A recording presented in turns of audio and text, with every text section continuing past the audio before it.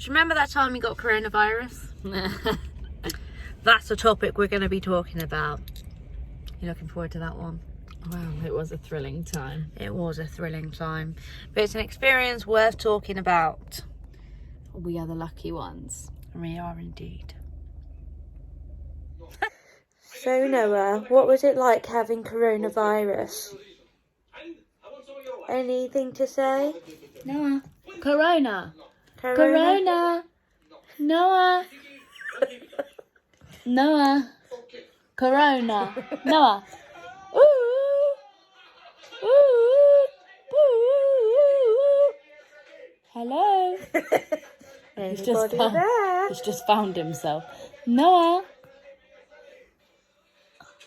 He's like, I'd rather not talk about it. So we don't actually know to this day whether or not this little pickle got it, but he did have symptoms, didn't he?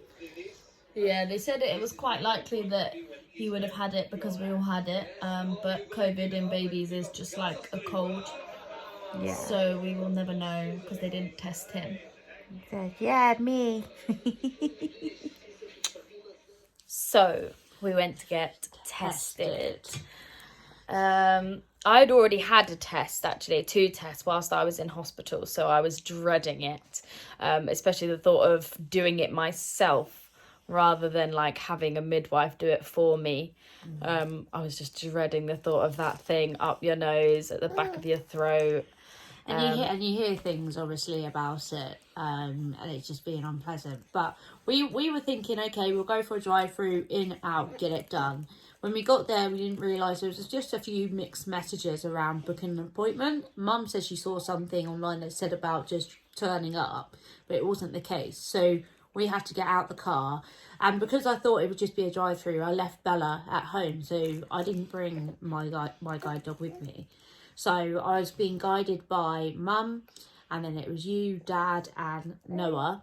Noah didn't get tested, just came along in his car seat. And that was an interesting experience, wasn't it? November, I'd had my 21st birthday. We were in the tier 4 scenario, but we hadn't quite got to the... Or we hadn't been put in tier 4, but we weren't in full-on lockdown. I don't know, you know, do you know what I mean? Like, we've just been in, like, some form of lockdown that I just don't even know. Everything's just We've just been at home anyway, so what difference does it make? Yeah, so anyway, so when we get there, it was completely dead.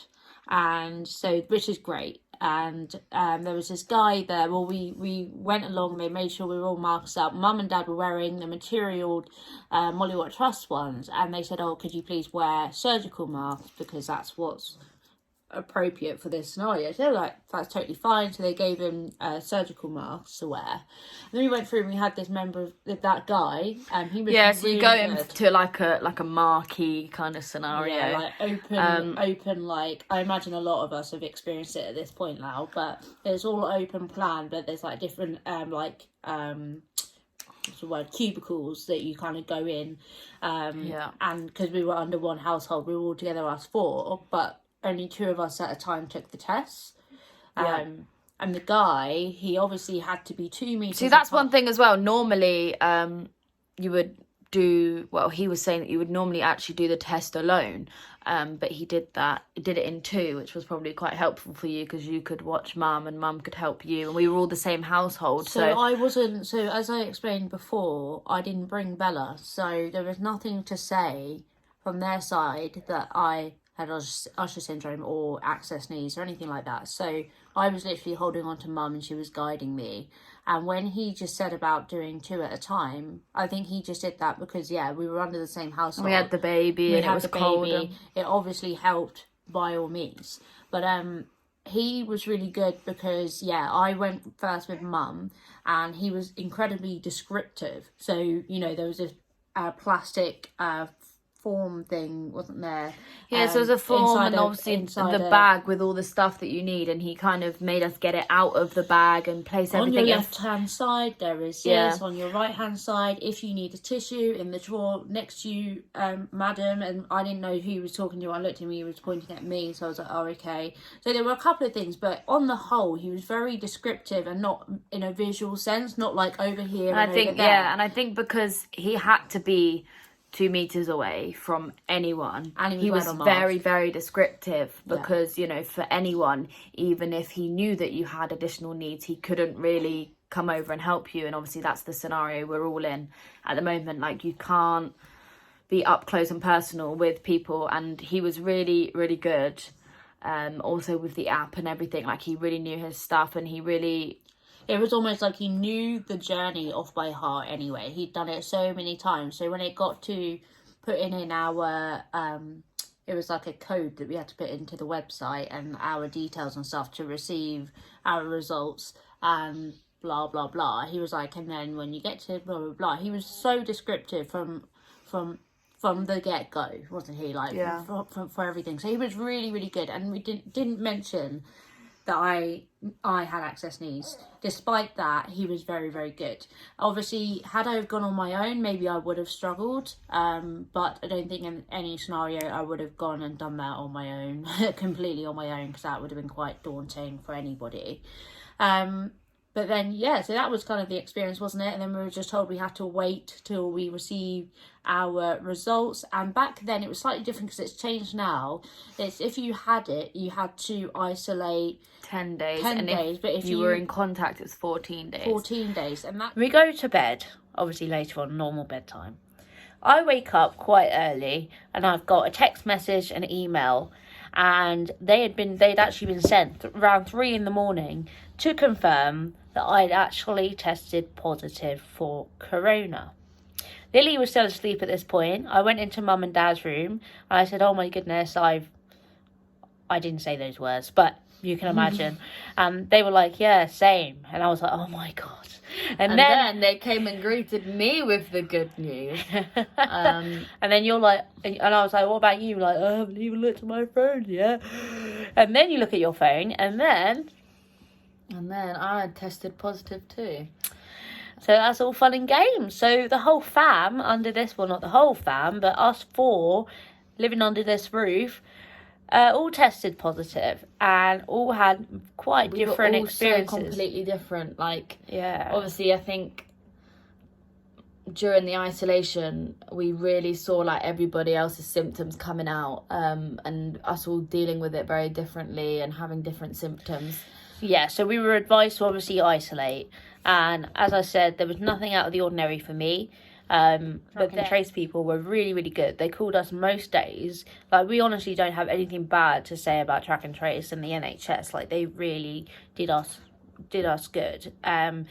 But when they rang, I started to learn a bit more about it myself. There were so many, when they were asking you the list of symptoms, it really was so much more like, than what... Have you experienced this, like this, seizures, so many different... seizures and rashes and stuff like that, things that haven't been mentioned on the TV that just people think of. And then obviously... majority of people probably think, oh, I've got a tickly cough, I've got a cold. But it's like, you literally, if you're the general healthy norm, like, no, I don't want to say normal, but if you haven't got any health conditions or any underlying problems, you could just have a tickly cough and have COVID and spread it to everybody else. Not realise it. But the main one in this house was a sore throat. I think I just didn't put it down to COVID. Like, I had a lot of like aching and I was very tired, but I did just put that down to mastitis, C-section, baby, yeah. And for me, like, I put down being really wary and tired to just having Usher syndrome, mental health issues. Our phone calls were quite funny with the NHS because they just didn't really know what to say. Like, yeah, so, and headaches. I basically just had a constant headache. But that said, there was a thing that we talked about, where at night time, up here in my sinus was quite sore. I've still got that, actually. And it would hurt to breathe, but it wasn't that I couldn't breathe. I didn't struggle to breathe. It was just painful, like inhaling like and exhaling through my nose. I felt like I kind of had like a spot or something in the tip of my nose, but at night time when I was laying flat, it was very painful. Like, not even to breathe. It was kind of like my eyes were watering. It was just so painful, like as if something had hit my nose.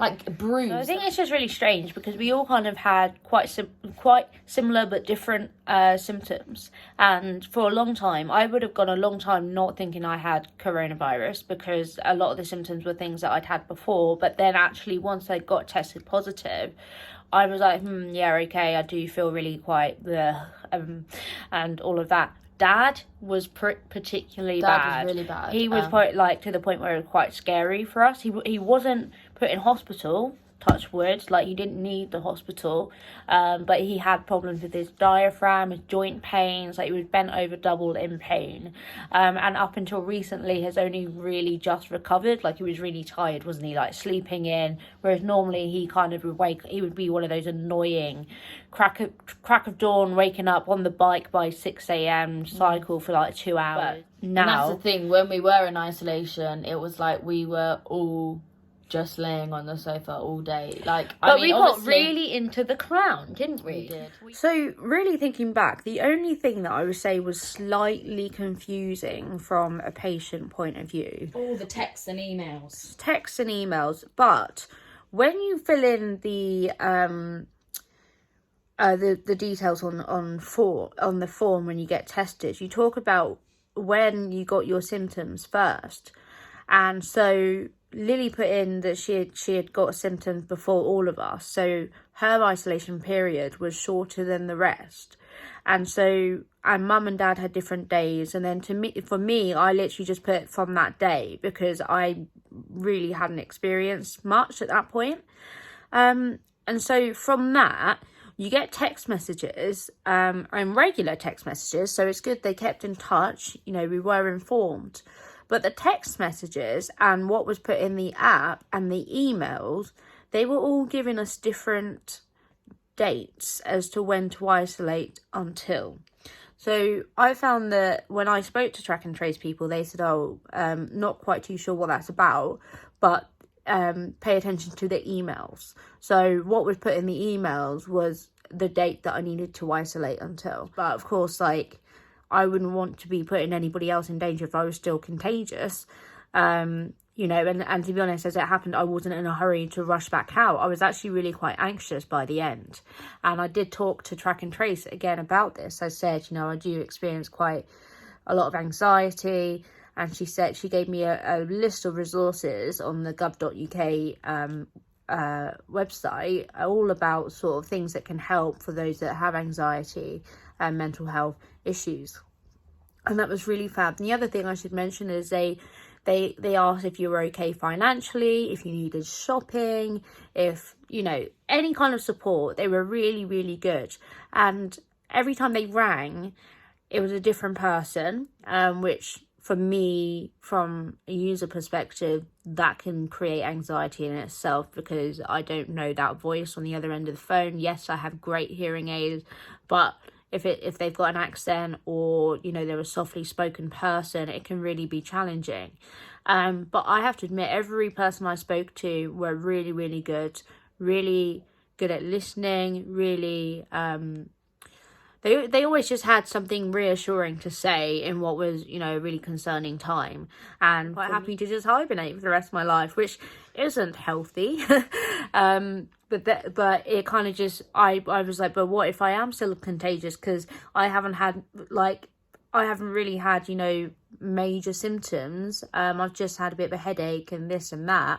And they were like, honestly, unless you get a temperature or anything, you feel really poor or really poorly all of a sudden, like more so, then we wouldn't advise you to stay in isolation any longer. So that did really help, having someone reassuring me almost daily that was okay. So that honestly, I can't fault the experience. Besides the fact having coronavirus, I got away with it lightly when all said and done, because I was poorly but not too bad in comparison. But it's done. That kind of rounds up the experience. What we didn't mention, which is actually a big part of what made our isolation period so much worse, was the week before our kitchen got ripped out. And we were getting a new one because Mum just decided, we haven't spent any money for a long time, I'd really like a kitchen, why not? And of course construction was allowed to still continue, and, so it literally got ripped out. Then we all tested positive, so of course they had to stop coming, and so we had no kitchen. Whee! So we literally lived on crap. It was nice the first week or so. It does wear off though.